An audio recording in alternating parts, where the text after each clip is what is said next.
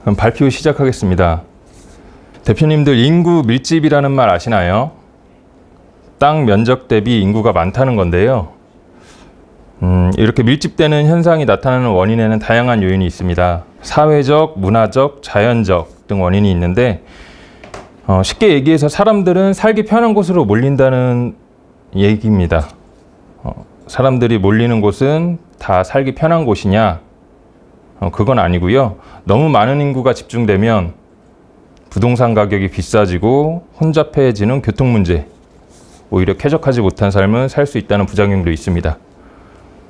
인구가 그렇다면 우리나라에 가장 많은 인구가 살고 있는 도시는 어딜까요? 예, 서울입니다. 문학, 학군, 교통, 부동산. 저도 인서울을 목표로 열심히 일하고 있는데요. 서울에 단점이 있다면 가격이 비싸다는 겁니다. 가격으로 진입이 어렵다면 차순위도 생각을 해봐야죠.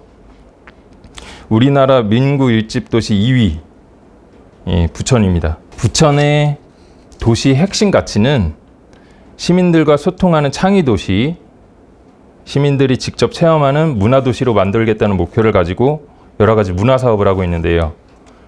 그 중에 대표적인 사업은 애니메이션 페스티벌, 그리고 만화축제, 부천 판타스틱 영화제, 마지막으로 영상문화산업단지 사업이 있습니다. 연역은 저도 몰랐는데 99년도 후반부터 전체적으로 다 문화사업이 시작이 됐고요. 좌측 사진을 보시면 실제로 송내대로를 지나가다 보면 아파트 벽에 벽화가 만화로 그려져 있습니다. 아파트 경관도 개선하고 부천을 방문해 주시는 분들에게 만화도시 이미지를 알린다고 하는데 저는 아직까지 아파트 벽에 벽화가 좀 생소합니다.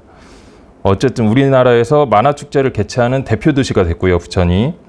영화도 우측 보시면 판타스틱 영화제 매해 열리는데 배우분들도 많이 오시고, 부천이 낡은 구도시가 아니라 여러 문화 컨텐츠를 발전시키고 있구나 정도로 봐주시면 될 것 같습니다. 저희가 주의 깊게 봐야 되는 건 다음인데요. 부동산에 직접적으로 영향을 많이 주는 문화사업입니다.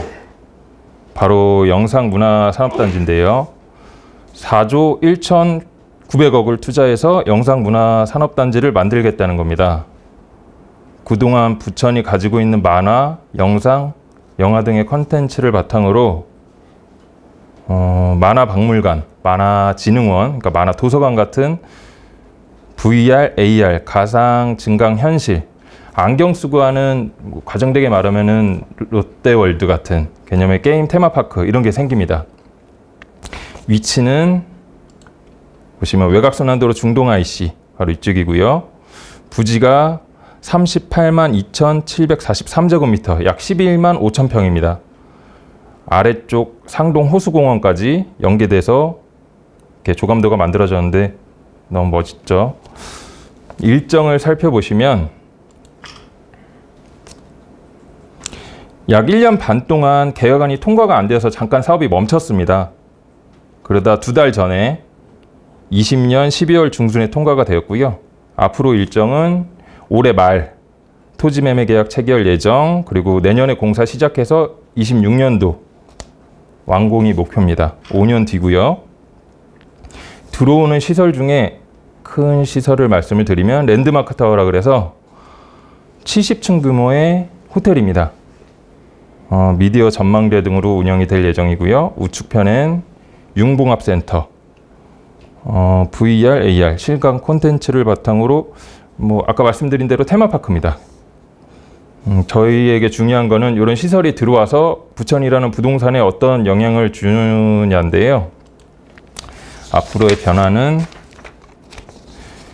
이런 단지가 조성됨으로써 5만여 개의 일자리 창출, 그리고 매년 4조 원의 경제 효과를 기대하고 있습니다. 이에 따른 지역 경제 활성화와 도시 경쟁력이 올라가고요. 부천에 대한 문화도시 이미지를 만들어가면서 자연스럽게 부천 부동산의 가치 상승이 된다라고 보고 있습니다. 다음은 교통입니다. 부천에 지금 많은 교통 호재들이 있는데요. 날짜별로 정리를 해봤습니다. 먼저 대곡 소사선 21년 6월 개통 예정이었는데 김포공항 허브화 사업 등으로 공사가 지연된다고 합니다. 이건 아직 예측인데 원종역까지 일부 개통, 올해 6월 달에 일부 우선 개통 예정이라고 합니다. 그리고 대장 신도시와 종합운동장을 이어줄 도로 위의 지하철이라고 하고요. SBRT입니다. 3기 신도시 맞춰서 개통 예정이고요. 27년도 다 아시는 GTX B 노선입니다. 그리고 원종 홍대선 예정은 28년인데 그 노선 연장 말이 굉장히 많습니다. 그 대장 신도시에서 GTX 노선을 연장해 달라고 요구를 하고 있고요. 원종동부터 대장동까지 그 SBRT만 가지고 교통을 어떻게 해결할 수 있느냐 이런 얘기가 많아서 좀 연장이 될 것 같고요. 민영으로 현대건설 쪽에서 운영을 하겠다. 원종역부터 대장역까지 운영을 하겠다. 제안서를 보냈다고 하는데 아직까지 확정된 부분은 없습니다. SBRT 노선을 보시면 김포공항에서 부천 종합운동장까지 가는데 쭉 돌아갑니다. 계양지구를 거쳐서 대장지구를 거쳐서 노선이 좀 돌긴 해서 대장지구 분들이 들어오게 되면 교통이 불편할 거다 이런 얘기가 많고요. 일반 BRT는 기존에 있던 건데 SBRT는 뭐가 다를까 했는데 속도가 좀 더 빠르다고 합니다. 생긴 거 지하철처럼 생겼는데 이렇게 붙어 있고요.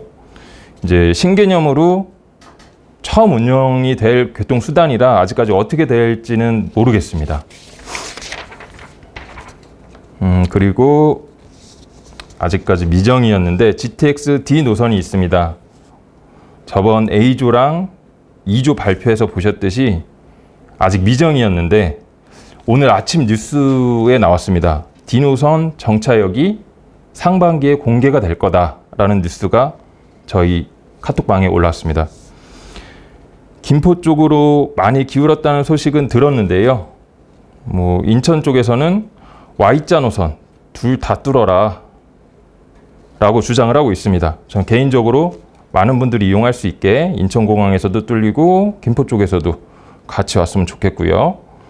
중요한 거는 여기 반짝거리는 부분을 보시면 김포로 오든 인천공항으로 오든 부천을 통합니다. 예, 이게 이제 가장 유력하고요. 원래는 이 종합운동장역이 7호선만 지나가던 자리였는데 도대체 어떻게 갑자기 이렇게 됐는가? 종합운동장역을 한번 보겠습니다. 이제 쿼터풀역 4개의 지하철이 지나간다는 얘기인데요. 지금 사진을 보시면 녹지랑 판자촌처럼 보입니다. 공장지대라 그런데요. 개발 계획이 종합운동장 쪽으로 잡혀 있습니다.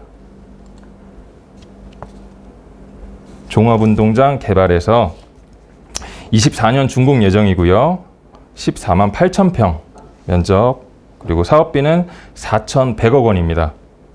들어오는 시설은 기존에 있던 시설과 비슷합니다. 아까 사진을 다시 보시면 제가 이렇게 빨갛게 표시를 했는데요. 기존에 운동장이 있던 자리에 문화체육시설, 체육시설이 그대로 들어오고요. 그 다음에 연립공원, 지금 현재 농업공원으로 되어 있는데 연립과 공원이 들어온다. 이렇게 되어 있습니다. 바로 역 옆에 요 부지가 주상복합이 들어온다고 하는데 요거 외에는 크게 달라지는 거는 모르겠고요. 이유는 주변이 도당산과 엄미산이 있습니다. 이름이 있는 산은 잘 못 건들죠. 다른 도시개발을 보시면 부천에 대장 신도시가 있습니다. 이거를 보여드리는 이유는 비교를 해드리려고 그러는데요. 대장 신도시는 104만 평에 3조 9,850억 원의 사업비가 들어갑니다. 아까 문화영상단지랑 비교를 해보시면 산업단지는 11만 5,700평에 4조입니다. 대장 신도시보다 9배는 작은 크기인데 오히려 사업비가 더 높습니다. 확실히 부천이 문화사업에 어느 정도 투자를 하는지 알 수 있고요. 종합운동장 주변은 크게 메리트를 못 느끼겠고 주변은 공업지역이라 그러면 영상문화산업단지의 호재와 종합운동장의 호재를 노려볼 수 있는 곳 1기 신도시입니다. 최근 1기 신도시 집값이 들썩이고 있다는 뉴스가 있는데요. 이유가 바로 리모델링입니다. 부천에서도 리모델링 바람이 불고 있습니다. 장점이 굉장히 많은데요. 정부의 규제도 적고 그리고 재건축의 공사 기간보다 사업 진행이 빠르다는 장점도 있고요. 용적률이 높아서 일반 1기 신도시 같은 경우는 재건축은 사업성이 없다고 합니다. 1기 신도시 위치도 좋고 기반시설이 이미 다 반영이 돼 있기 때문에 갖춰져 있다 보니까 이렇게 리모델링이 돼서 새 아파트처럼 된다면 값어치가 상당히 올라갈 것으로 보고 있고요. 하지만 리모델링의 단점도 있습니다. 바로 내력벽 철거가 관건인데요. 수직으로는 위로 올려서 괜찮은데 수평으로 늘렸을 때 첫 호실까지는 괜찮습니다. 밀리고 하다 보면 내력벽 때문에 구조가 안 나온다는 거죠. 그래서 지금 정부는 내력벽 철거를 허용 여부에 대해서 계속 연구를 하고 있고요. 아직까지 확정 발표된 건 없습니다. 조만간 발표를 할 것 같습니다. 아직 발표가 안 됐기 때문에 저는 1기 신도시에 투자 메리트가 있다고 보고 있고요. 이미 발표를 했으면 가격 반영이 다 됐겠죠. 아직까지 리모델링이 안 될 거라고 보시는 분들도 꽤 되십니다. 하지만 저는 될 거라고 보고 있는데 이유가 내진 설계 때문입니다. 그 확인 설명서 요즘 작성하실 때도 내진 설계 기재하시죠. 우리나라 내진 설계가 88년도부터 건축법에 반영이 됐는데 1기 신도시는 90년도부터 지어졌습니다. 거의 내진 설계 규정이 생기자마자 90년대 초반에 지어졌는데 1기 신도시의 내진 설계가 적용이 안 됐다는 얘기도 돌고 있고요. 현재의 내진 설계 기준에는 많이 못 미치는 상황에서 지어졌다는 얘기죠. 최근 우리나라의 지진 발생 빈도도 늘어나고 강도도 높아지기 때문에 안전과 직결되어 있는 문제입니다. 그래서 내력벽부터 다시 재설계하는 쪽으로 바뀔 거라고 저는 생각하고 있고요. 앞으로 1기 신도시의 리모델링 사업 추진, 영상문화단지와 교통의 호재까지 겹쳐진다면 소액 투자로서 최고의 선택이 아닐까 생각하고요. 이상 비조 지역 브리핑이었습니다. 네, 감사합니다.